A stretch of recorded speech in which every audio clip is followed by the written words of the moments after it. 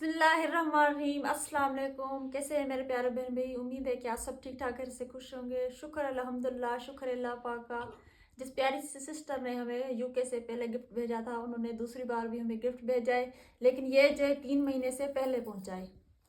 तो माशाल्लाह ये देखिए सारी चीज़ें यहाँ पर पड़ी हुई आपके सामने, आप देख सकते हैं।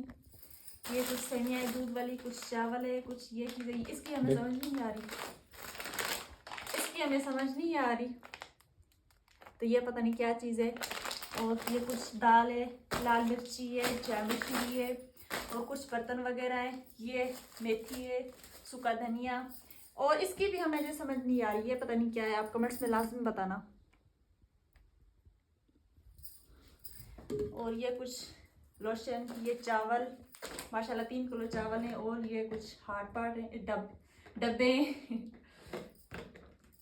और ये 5 डिश है, ये 2 कोले, और ये जाली है, ये जो सेमियों वाली ये जाली। किसके लिए है बेगम साहिबा? ये हाँ, ये मुझे नहीं पता किसके लिए, इसकी भी हमें समझ नहीं। मेरे ख्याल से तो डिश है, फिर आगे पता नहीं है।